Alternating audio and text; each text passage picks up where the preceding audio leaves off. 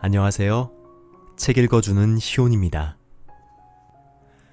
오늘 소개해드릴 책은 50부터는 인생관을 바꿔야 산다입니다. 이 책의 저자는 50대부터는 완전히 다른 인생관을 가지고 그전과는 다른 삶을 살지 않으면 안 된다고 주장하는데요. 저자가 이렇게 주장하는 이유는 50대에는 몸과 마음, 사회적 지위와 관계 등에서 인생에 큰 변화가 발생하게 된다는 것입니다.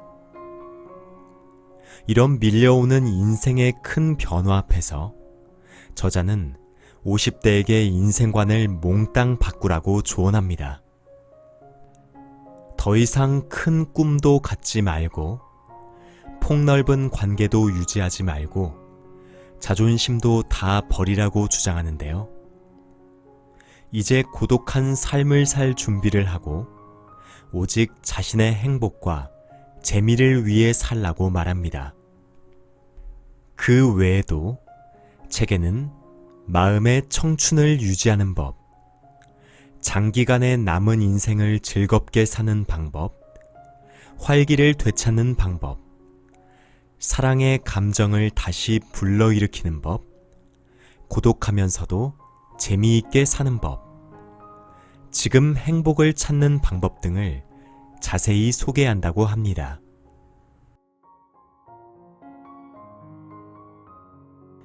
E.H. 카의 역사란 무엇인가라는 책이 있다. 나는 10대 후반에 이 책을 읽고 이 안에는 평생 지침으로 삼을 만한 사고방식이 담겨 있다고 생각할 정도로 감명을 받았다. 그 후 이 책에 담긴 교훈을 좌우명으로 삼았다. 작가가 전하려는 메시지는 단순하다. 역사란 역사가와 사실 사이의 부단한 상호작용의 과정이며 현재와 과거 사이에 끊임없는 대화다. 여기서 현재와 과거 사이의 대화를 알기 쉽게 설명하면 현재가 이러하니까 과거가 그렇게 보인다는 것이다. 과거를 바라보는 사람은 누구든 현재라는 시대적인 제약을 받는다. 그래서 그때 자신이 놓인 상황에 따라 역사를 보는 견해도 달라진다. 즉, 과거의 의미는 현재의 생각에 따라 달라진다. 그렇다면 자신의 과거를 돌이켜보는 행위는 지난날을 부정하는 것이 아니라 자기 인생에 의미를 부여하는 것이라는 사실을 알 수 있다. 그러나 중년이 되고 나서 과거를 돌아볼 때 역시 그때 이렇게 할 걸 그랬어 라며 후회하기 쉽다. 물론 새삼스럽게 생각해봐야 어쩔 수 없는 일이다. 괴테도 이렇게 말했다. 사람은 청년의 실수를 노년으로 가져와서는 안 된다. 노년에는 노년만의 결점이 있기 때문이다. 50세라는 인생의 전환기를 맞아 갑자기 10대 때 이렇게 해둘 걸 그랬어 라는 쓸데없는 망상에 사로잡히는 마음을 이해한다. 나 자신도 자주 과거의 실패를 냉정하게 따져보면 그때 이렇게 했더라면 더 잘 되지 않았을까 하고 되뇌기 때문이다.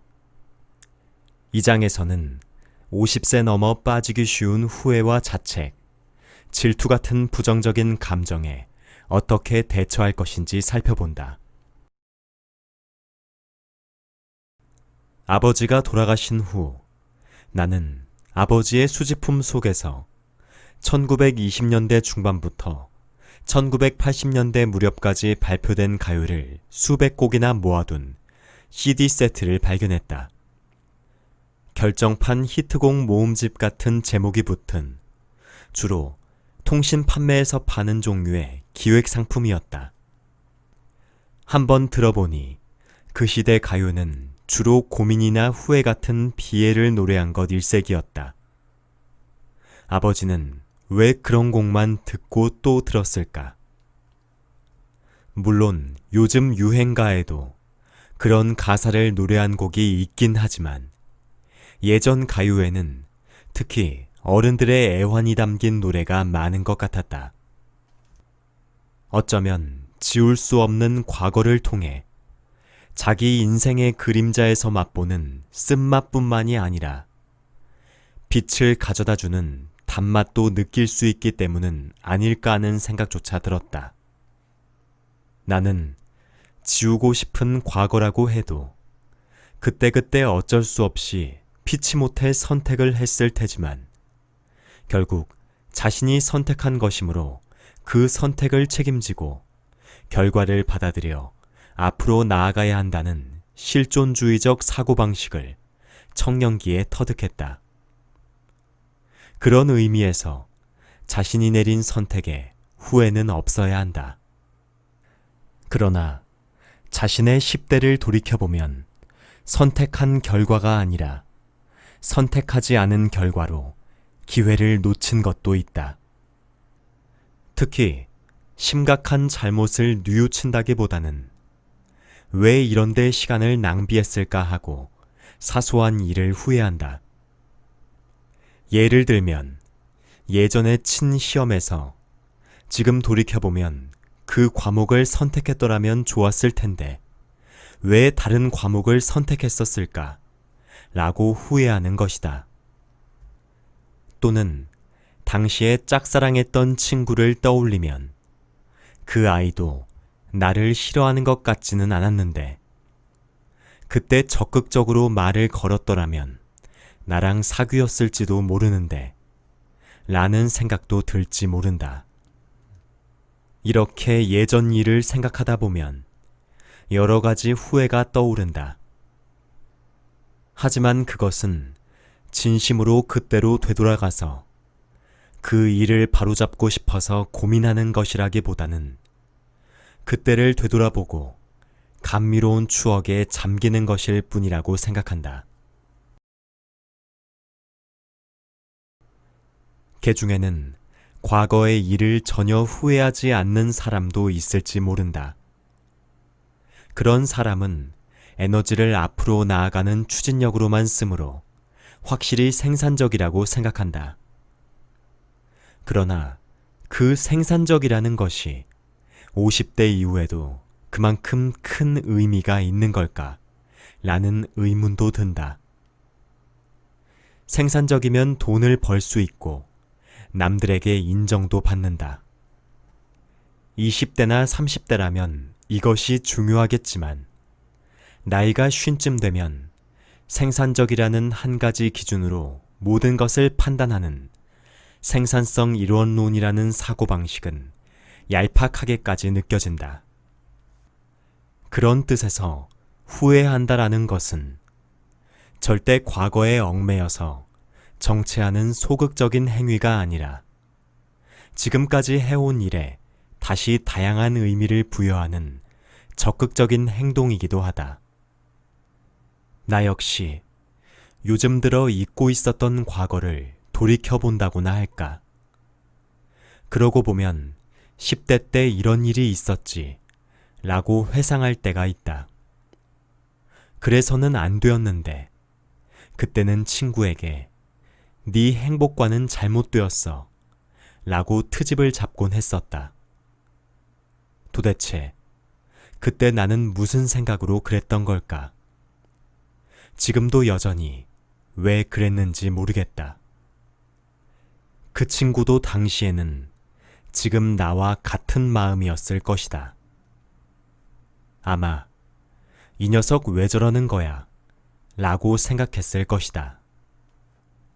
어쩌면 청년기의 실수는 한번 불을 지피면 오랫동안 계속 타는 최고급 숯과 같은 것일지도 모른다. 50에서 60대가 되어도 그것으로 따뜻해질 수 있다.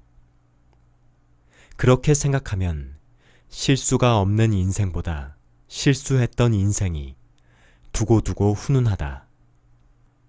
10대 무렵에 모든 것이 잘 되어 정말 즐거웠다면 더할 나위 없이 좋겠지만 뜻대로 되지 않고 실수했던 추억이 타다 남은 숯처럼 자신을 따뜻하게 해주는 것도 나름의 깊이가 있는 인생이다. 게다가 과거의 실수를 되돌아보면 지금은 자신이 얼마나 성숙했는지 느낄 수 있다.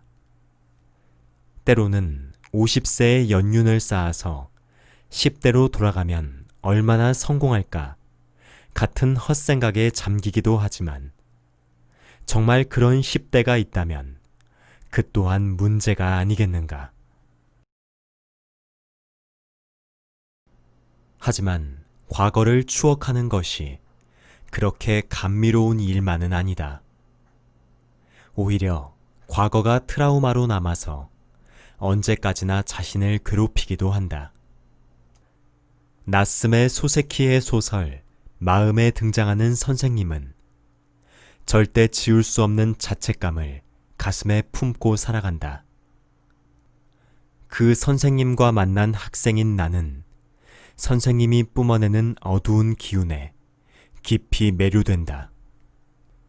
그리고 선생님은 어둠의 이유를 알고 싶어하는 나를 처음에는 회피했지만 드디어 유서라는 형태로 나에게 자기 비밀을 밝힌다. 나는 지금 나 스스로 내 심장을 도려내어 그 피를 자네의 얼굴에 쏟아부으려 하네. 이렇게 시작되는 유서는 선생님이 친구인 K를 속이고 아가씨와 정혼함으로써 K를 죽음으로 몰고 갔다는 과거를 고백했다. 선생님은 그 사건이 일어나고 나서 계속 자책하면서 살아왔다. 시간이 아무리 흘러도 그 죄의식에서 조금도 벗어날 수 없었다. 우리는 무언가 마음에 상처가 생겨도 시간이 그것을 해결해 준다고 믿는다. 시간이 지나면 다는 아니더라도 어느 정도는 나아지리라 생각하면 조금은 마음이 편해진다. 그러나 선생님은 매달 K의 묘를 찾을 때마다 시간이 흘러 상처가 치유되기는커녕 오히려 죄책감만 더 쌓여갔다. 결국에는 선생님 스스로 죽음과 손을 잡고 만다. 시간이 지나면 지날수록 괴로운 기억은 잊히고 즐거운 기억만 남는 것은 시간이 내 편이기 때문이다. 하지만 선생님처럼 시간이 지남에 따라 부정적인 감정만 쌓인다면 시간은 내 적이 되고 만다. 나이가 50을 넘어 인생의 후반에 접어든 우리에게는 질투심도 주의해야 할 감정이다. 옛 사람들도 질투심에 사로잡혀서는 안 된다고 가르친다. 예를 들면 니체는 질투라는 감정을 극도로 싫어했다. 질투의 불꽃에 둘러싸인 자는 마침내 방향을 돌려 전갈처럼 자기 자신을 독침으로 쏘게 된다. 니체는 르상티망, 즉 원한, 증오, 질투 같은 감정은 가치 없는 것이라고 여겼다. 그래서 그런 감정을 자기에게 허용하지 않고 청산했다고도 말했다. 또한 계몽 사상가이자 교육자인 후쿠자와 유키치는 다음과 같이 말했다. 무릇 인간에게 부덕한 곳이 많다고는 하지만 그 교제에 해가 되는 것으로 원망보다 큰 것은 없다. 원망이란 남을 시샘하는 마음을 말한다. 세상에 부덕은 여러 가지가 있지만 남을 시샘하는 마음은 정말 제일 어쩔 도리가 없는 것이다. 나도 질투심은 우리 사회를 망치는 한 요인이라고 본다. 질투심이 만연하니까 너나 할 것 없이 추문을 너무 좋아하고 그 추문 때문에 누군가가 나락으로 떨어지는 것이 재미있어 죽는 것이다. 주간지를 보면 전 국민이 한 달에 1명 정도는 수렁에 빠지기를 원하는 것처럼 느껴진다. 그리고 다음에는 누가 나락으로 떨어질지 고대한다. 실제로도 물에 빠져 죽게 생긴 사람에게 일제히 돌을 던진다. 그런 잔인한 마녀 사냥 같은 일이 늘 일어난다. 물론 공인이 권력을 이용해서 부정을 저질렀을 때 분노를 표출하는 것은 정당한 일이다. 하지만 어떤 사람이 조금 부적절한 발언을 했다는 것만으로 그 사람에게 집단 공격을 가하기도 한다. 그런 일은 특히 인터넷상에서 흔히 일어난다. 자신에게 직접 영향을 미치는 것도 아닌데 누군가가 잘못되는 것이 그렇게 즐거워할 일인지 의문스럽다. 그것을 즐기는 자신을 발견했을 때 내게 이런 졸렬한 르상티망이 있었구나 라고 깨달았으면 좋겠다.